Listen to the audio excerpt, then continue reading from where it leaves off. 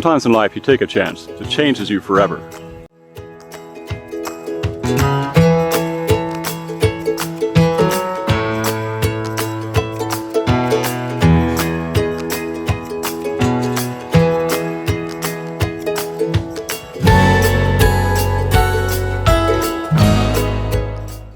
And if you're lucky, you find it's time to take a chance again.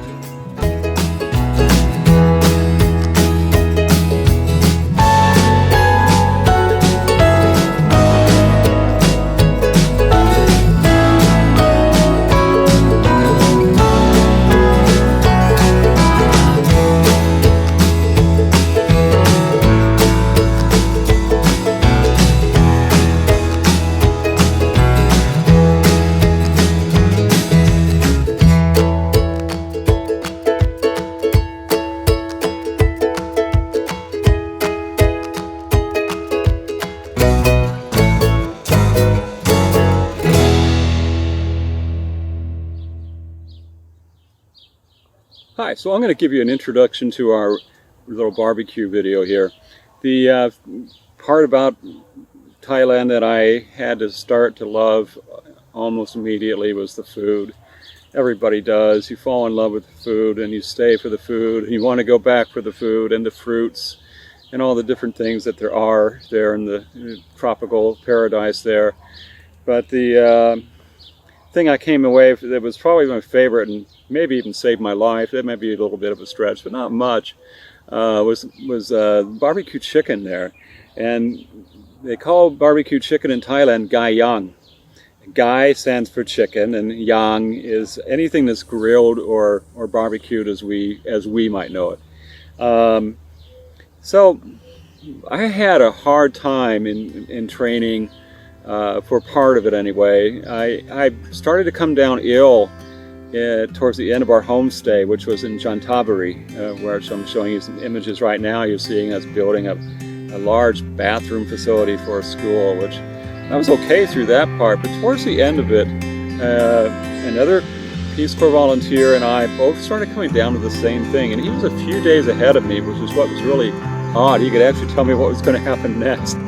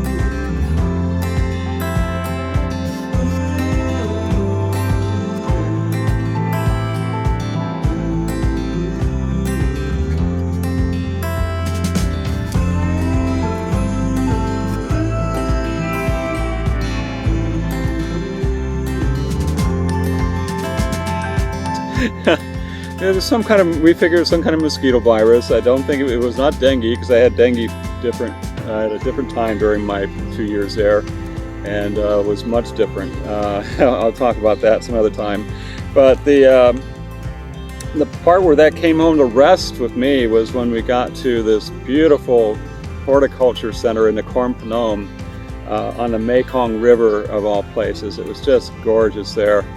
And I couldn't enjoy it very much the first several days because I was constantly bedridden or in the bathroom. So I was spent many a night with a very humble and very kind tree frog who hung out in the bathroom and ate the mosquitoes and things like that. And I also saw some leeches, which I took care of with some detergent that we had nearby. But it was not a fun time there for me. I lost a lot of weight, which was a good thing.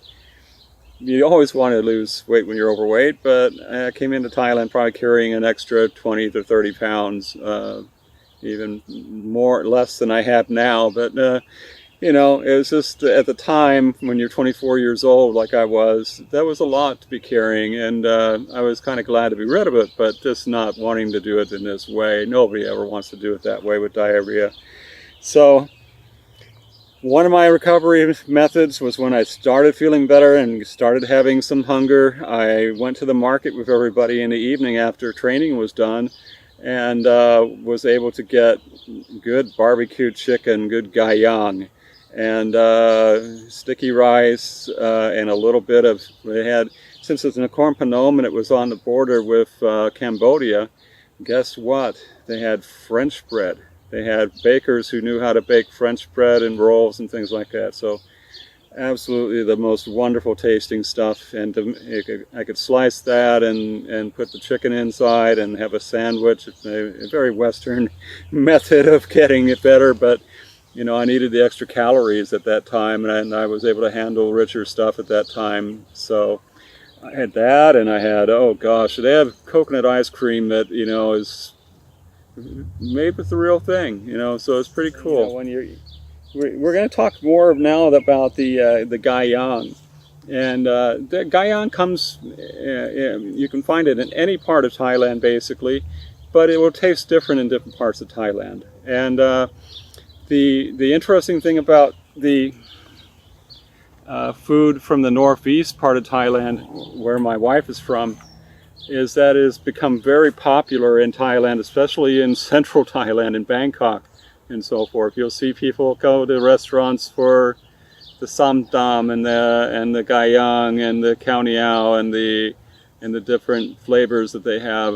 Northeastern food tends to be heavy on lemongrass and lots of different kinds of leaves and roots and things. So my wife is going to make some marinade for us. We're going to get to see it being made in the mortar and pestle, the kop.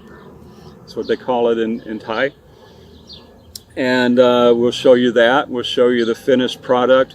We'll show you it being mixed with the chicken, and then the chicken marinades in that.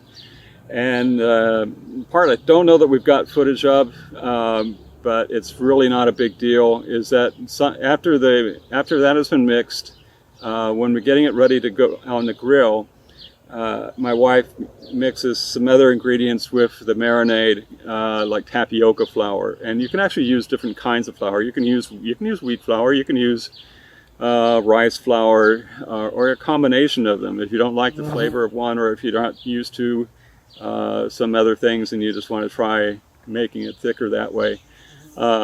It makes it a little bit thicker on the grill.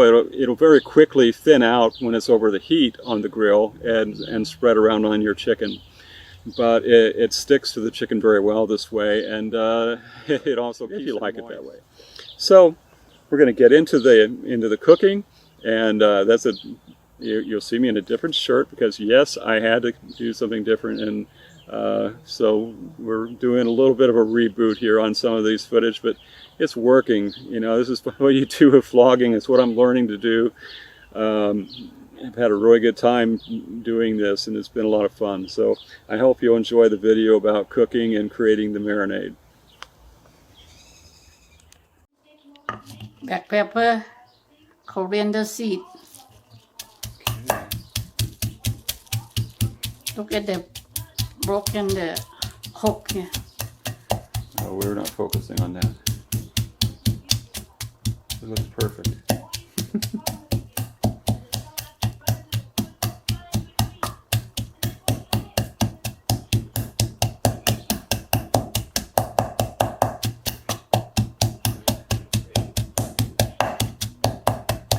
Did you say they used to judge a new daughter-in-law by how fast they could use a cook? When they just listen when you go to the kitchen, you do it. Meaning you too slow and you will not. Slow, yeah, not make a good wife. Like it meaning you can take good care of family well. แสดงว่าผมโชคดีจริงๆอ๋อ Good enough. อร่อย Smell สิ Mm. Smell very good. Oh yeah. Herb and spice there. Hmm.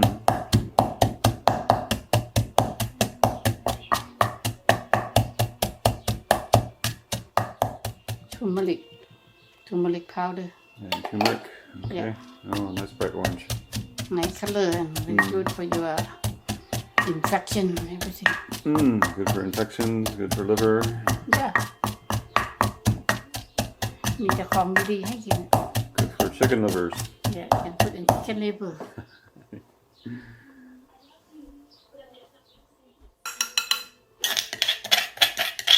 Yeah, well, we're gonna put in the chicken livers that we're gonna put on the grill. With skewers. ตับย่าง Tapyan. ตับนี่ Tap. Put a little bit of olive oil. It's olive oil. Marinate it now. Set. Marinate สักพักก็ใส่ไม้เสียบ Make the chicken liver so strong.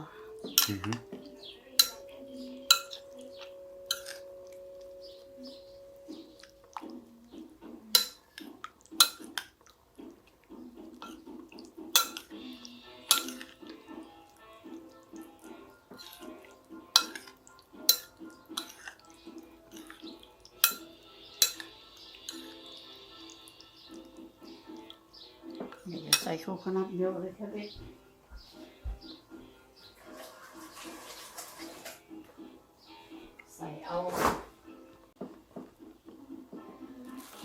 Grill. Yeah, that's the stuff we've marinated the other day, and it's ready to grill. This is 2 days later and Saturday. I put in the freezer. Oh, wow. ได้เดี๋ยวไปเกลียวด้วยกันได้ครับ Okay, we'll go get the fire ready now.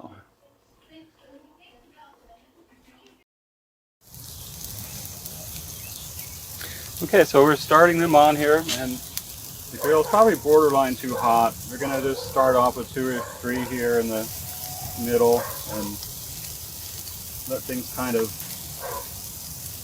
cool down a little bit. I think we can probably do that many and keep an eye on them pretty good. Okay, and the chicken liver we're going to put into one of these to kind of keep it from sticking to the main grill. It's not because it has to be done that way, it's because we have an old grill that everything sticks to. So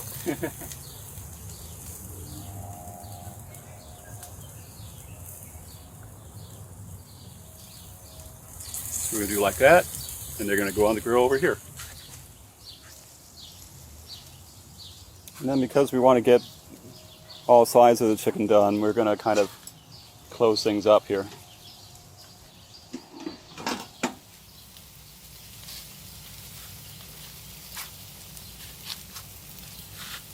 And you can see we have the sauce here, which has got the same ingredients that we showed you earlier in the cup making the marinade.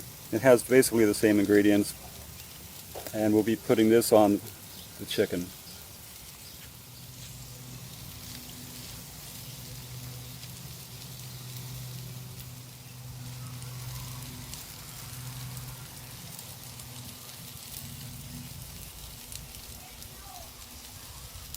Let's take a look at the chicken. I'm hoping that the wind isn't too much for the...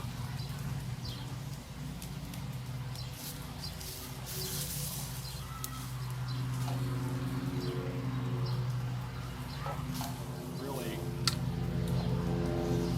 turned over, and they... see, this looks pretty nice actually.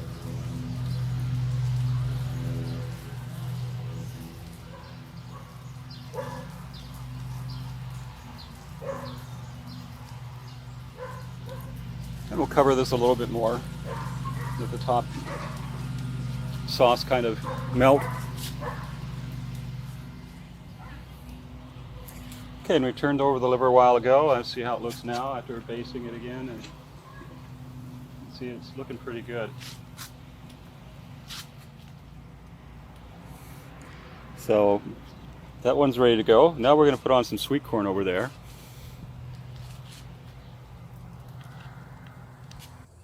sweet corn, we're just going to kind of base it with olive oil. It's not going to be anything fancy. I'm not going to talk about this part.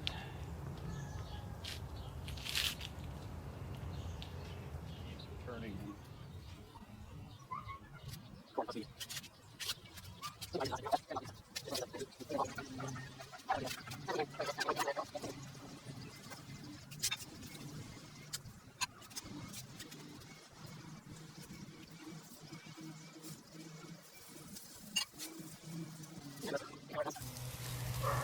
So when you're burning your hand, use a glove.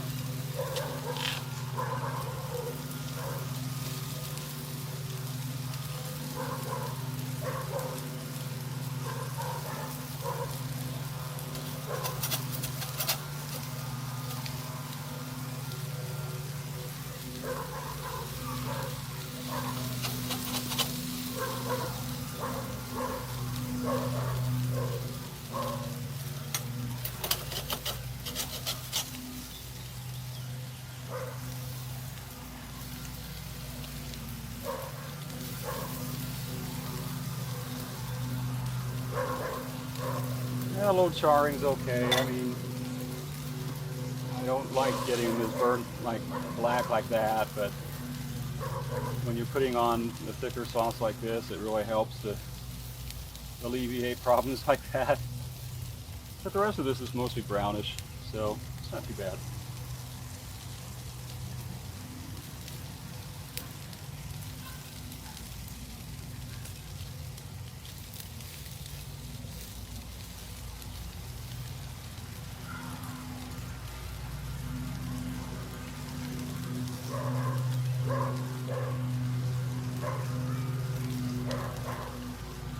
The sauce goes on awfully thick, but it definitely thins out as you go. Some of it will drip off of the meat after a while. So it's not like it's all going to be globbed on there. And if you've had sauté in Thailand before, it's kind of like that.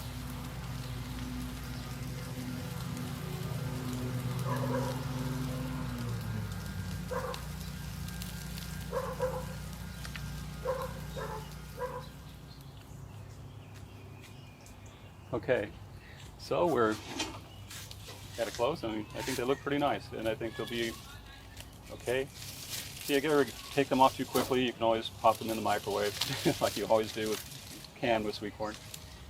But you can kind of tell, especially with the yellow and white kernels, you can kind of tell that they kind of take on a little bit of a swelling, and it's a little bit tougher with just the plain yellow. To me it is anyway, but you can tell that they've kind of swelled some.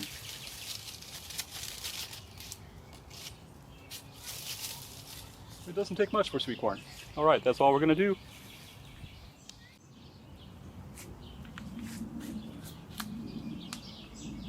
These are our finished chicken kebabs. As they turned out pretty good. And you don't need to leave.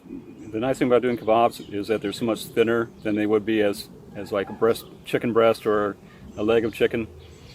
Barbecued that way, they can sometimes be a little bit tricky because they take longer to cook and have a little more fat and things to get to cook. But when they're cut up in pieces like this and marinated, they tend to cook quite a bit faster.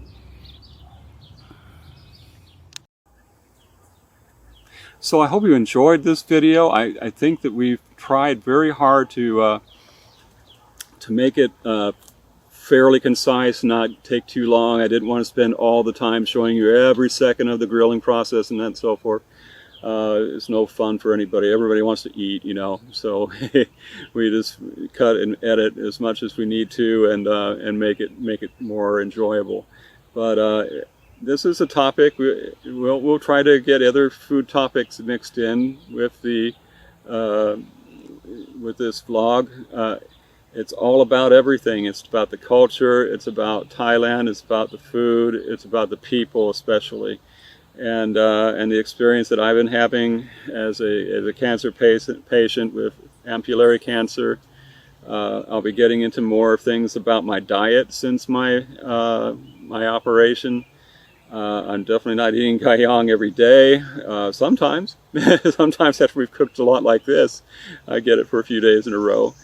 But I'm eating a lot of smoothies, and we're going to get into that. My wife will talk to you a little bit more about those, I think. I'm going to let her be a little more in control of those videos, because she's been in charge of the kefir and other things, and she knows all about it. I've let her just take over that part of my food. I really enjoy the things. The problem that I had coming out of the illness was that my taste buds had totally left me. I went for 2 or 3 months not knowing how anything tasted properly. A lot of things like vegetables and greens that they're promoting for you to eat, that are very important for you to eat as a cancer patient, because of their cell properties, the way they help your cells to fight things. I had a hard time with, especially the darker it was, the worse it tasted. And now, thank goodness, I'm finally gotten my taste buds completely back, and I can eat almost anything now again, which is what I wanted it to be like 3 months ago, I promise. I love vegetables, but so I'm eating a lot more vegetables in my diet. We'll tell you more about that. I'll tell you more about the level that I want to get to. I really don't think I'm quite there yet as far as my diet goes. I'm been cutting way back on the sugar, but it's hard.